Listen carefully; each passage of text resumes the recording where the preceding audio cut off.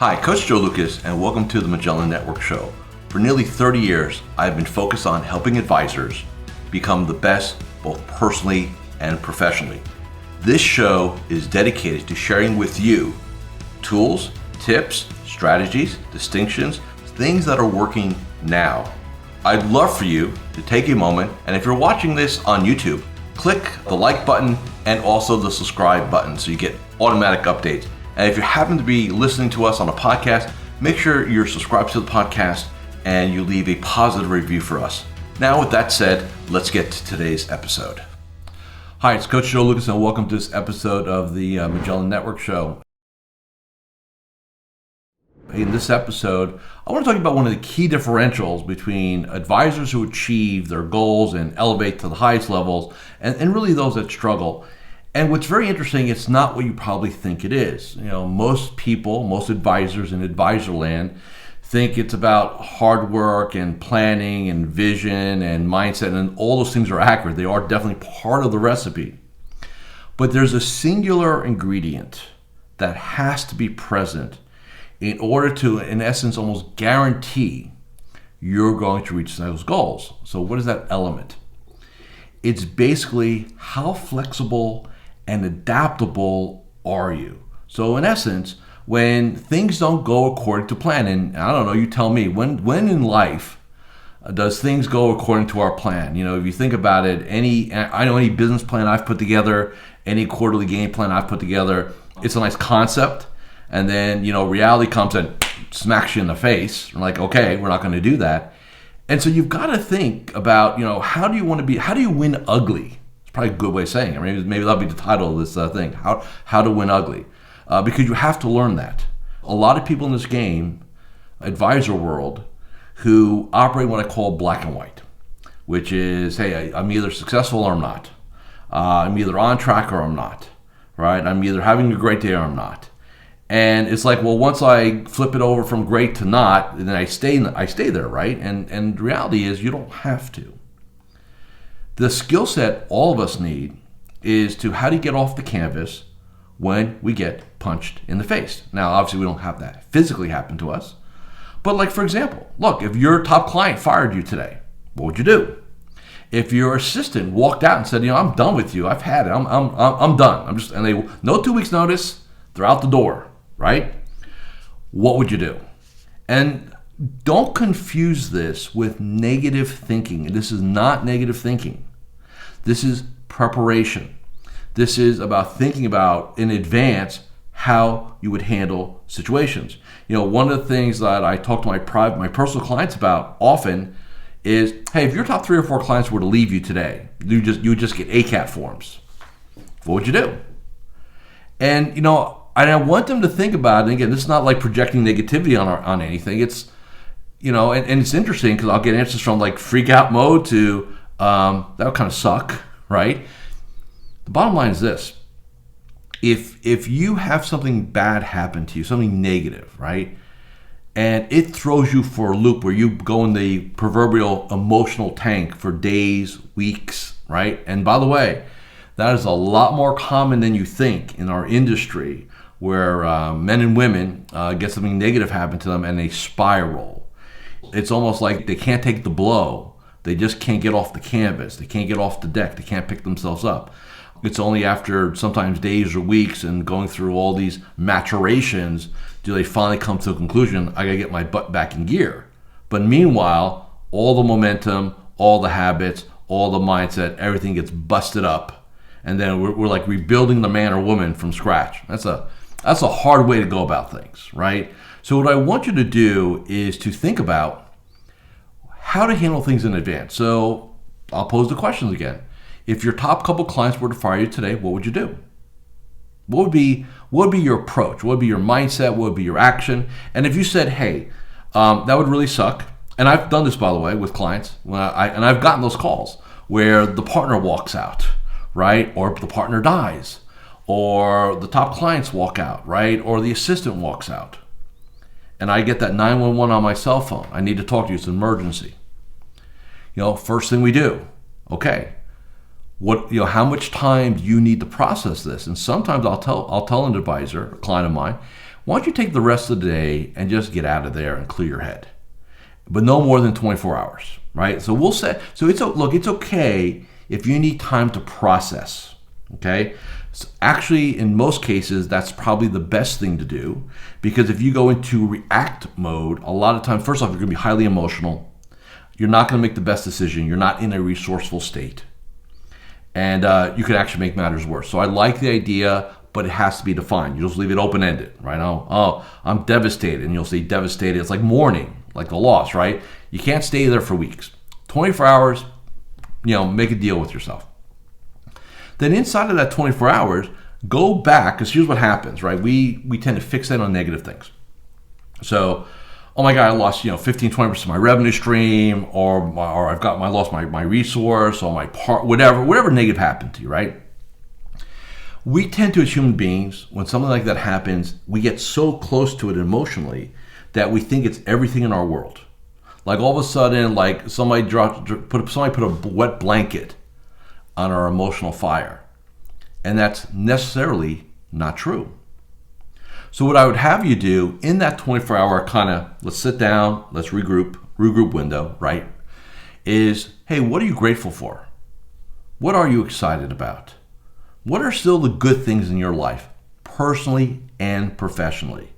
Because again, we tend to focus, and what we need to do is what we call create contrast. When you're creating contrast in like the global, everything, right? So if I've lost, let's just say one of your top clients leaves and it's, let's say 10% of your revenue, okay? Well, look, I'm not saying that's insignificant, because that'd be BS. Of course that's significant. But is it gonna make you homeless? Are your kids gonna starve, right? No, most likely not. If you're running the business the way that I've always you always said you need to run, you operate with top line, you have bottom line, and you have lifestyle, right? Lifestyle should never be 100% of bottom line. I don't know if there's a rule like mine. Our lifestyle here is always 50% of net profit, right? So I always have cushion. So I'm never economically over my skis. I always have economic abundance. Client comes, client goes. Members come, members go. I'll miss them, but it doesn't have a material economic impact on me. And just so everybody knows, I'm just like everyone here that watches or listens to me. All my agreements are month to month. Okay, so I don't have a 6-month coaching agreement with anybody or 1-year coaching agreement, and everybody throws 20, 30 grand on the board and hope it works. All my relationships are at will. You know why? Because all your relationships are at will. Okay, we bring our A games inside of those relationships. So I'm going to have you go ahead and frame it, right? So you're going to have a conscious conversation with yourself. Conscious conversation. All right? So we get our mindset back. Then what? Then I'm going to ask you, what did you learn? Right? So remember, human beings learn more from their quote-unquote failures than their successes.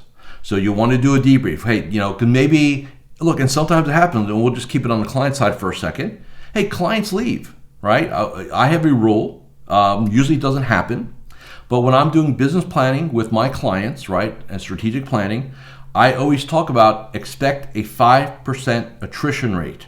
Now, why do I say that? They die, their kids go into business, they want to do it themselves, whatever it happens to be, right? So you take a 5% attrition rate, then you look at your RMDs, right? And then you see you got some leakage, right? So you better make sure you're growing your game by 10% a year, right? Just to kind of not just keep up, but to always make sure we're moving the needle north. Now, in many years, you don't get that 5%. But I've had clients who, unfortunately, they were kind of built the way they were before I got into their world, will have 20, 30% of their revenue tied in one house, one family household.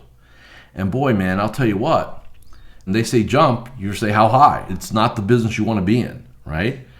So you want to be aware of that. And just make sure that, okay, what did I learn? And maybe, like I said, I learned that nothing lasts forever, but maybe there are some learning things. Maybe, we didn't communicate enough, or, we didn't meet their needs, or we weren't even clear what their needs were, right? Some people want change just for the sake of change. Some people just want a new voice. It happens, right? And don't get caught up in because here's what happens. And look, I've been guilty of this. I'll use the word guilt. I give emotionally a lot to my relationships. Like I consider myself a partner with my clients. And a win is a win for both of us. A loss is a loss for both of us. And sometimes, you're going to run into situations where you've gone above and beyond for clients, and they discard you like garbage. And so you have a choice there. You can either say, I'll never do that again with anyone. By the way, that's not the right answer. Or number two, you know what? It's part of the game. Remember this. When you are in the people business, from time to time, you will be disappointed. It's truth, right? And I never forgot that. I've been saying that for decades. So because like early in my career, when somebody kind of quote unquote screwed me over, I went into this whole concept of, okay, that's it, just going to be business. I'm not going to, I'm just going to do what I need to do and not care and just kind of work. And reality is, for both you and I, for us to do what we need to do at the highest level, you got to care. It's about the person, right? Like to me, it's about the person, not the practice. For you, it's about the person, not the portfolio, right? So look, we're going to get sucker shot. We're going to get punched in the gut from time to time. Whatever vernacular you want to put on it, right? It's going to happen. You cannot avoid it if you're in people game, okay? So what do we learn? The next thing we're going to do is, okay, so how do we fight back, right? I really believe that after you go through your kind of mourning phase, you're getting through it phase, your DB phase, we go in attack mode and we go after business. We go after success. We double down on our morning ritual. We double down on our exercise. Whatever we need to do to kind of get ourselves back, and we get on mission, right? So think about the timeline. Hypothetically, Monday, right? Your top client fires you. We mourn Monday, Tuesday. Tuesday afternoon, we're kind of, okay, what did we learn? Wednesday, we're back at it with a vengeance. That is a lot tighter window than, well, I don't know what I'm going to do, and it just happens, and I just react, and I get depressed, and I don't know what I want to do. I'm in scarcity mode. My mindset's shit. Excuse my language there. And, I'm just going to exist. And what happens for most human beings, by the way, you'll ride that train down until you get to threshold. And everybody's got their own version of threshold. Then you wake up one morning and say, I can't do this anymore. I got to get back at it, right? The problem is, number one, emotionally, it's a terrible price to pay. From just a momentum standpoint, it's a terrible price to pay. And quite frankly, bottom line, economically, it's a terrible price to pay. So why don't we just accept we're going to lose clients? I'm not saying be happy about it. I'm not saying look forward to that day. But let's just not delude ourselves and think it's not going to happen. Winning ugly and overcoming adversity is the differential, right? So we talk about clients. It could be little things. You know what? My kids were up. They kept me up all night. The dog wet the bed at 3 a.m. and I had to get up. Whatever happens, right? And you're tired in the morning and you're like, oh, you have a choice. You could, here's all my excuses of why I can't do stuff. See, this is why I'm not successful. My family doesn't support me, or blah, blah, blah. Or I love this, the best one. Joe, I'm just not a morning person. Well, who is naturally? I would love to sleep to 8 o'clock every day. Do I jump for joy at 5:15 or 5:30 every morning? No. But it's my commitment. It's my discipline. It's what has to be in my mind in order for me to do what I need to do, right? Nobody likes that. So if you're thinking that, I just want this to be effortless and it's just going to, I'm not a morning person, so therefore, Joe, I can't do that morning routine. I can't do that Magellan morning aid. I just can't get up early enough. Well, that's the story you've been telling yourself. The reality is you just haven't made it important enough yet. So there's all types of adversity, right? Driving to the office, back in those days when you actually drove to the office, right? There's an accident, traffic, flat tire, right? Clients reschedule, clients show up unannounced, right? There's all these little things that get in our way. So it's never about if you're sitting there and saying, I need to have perfect conditions. Here's my game plan for today. Here's my vision for myself. And I just want everything to work.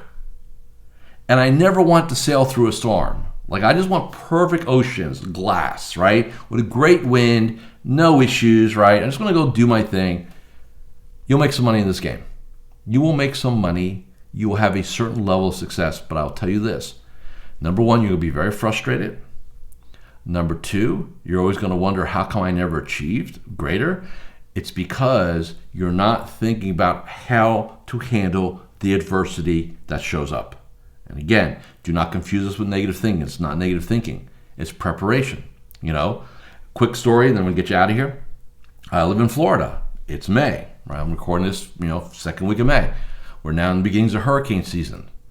So if I'm sitting there and making sure my generator's serviced, that I've got bottled water, that I've got certain things in preparation just in case, is that negative thinking?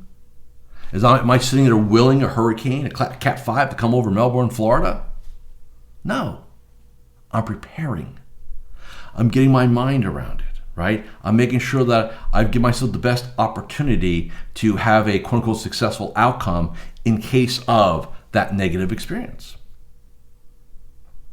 All of you need to prep for your own, and again, negative experience. So the bottom line is this, and then we're out of here.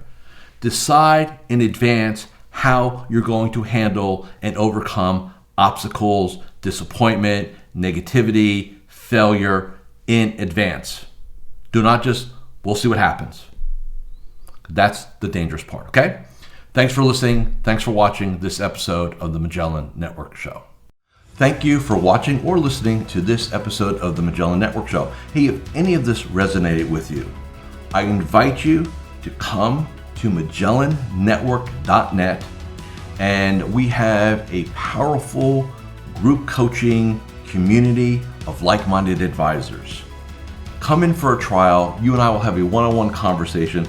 Let's see if I can help elevate your game both personally and professionally.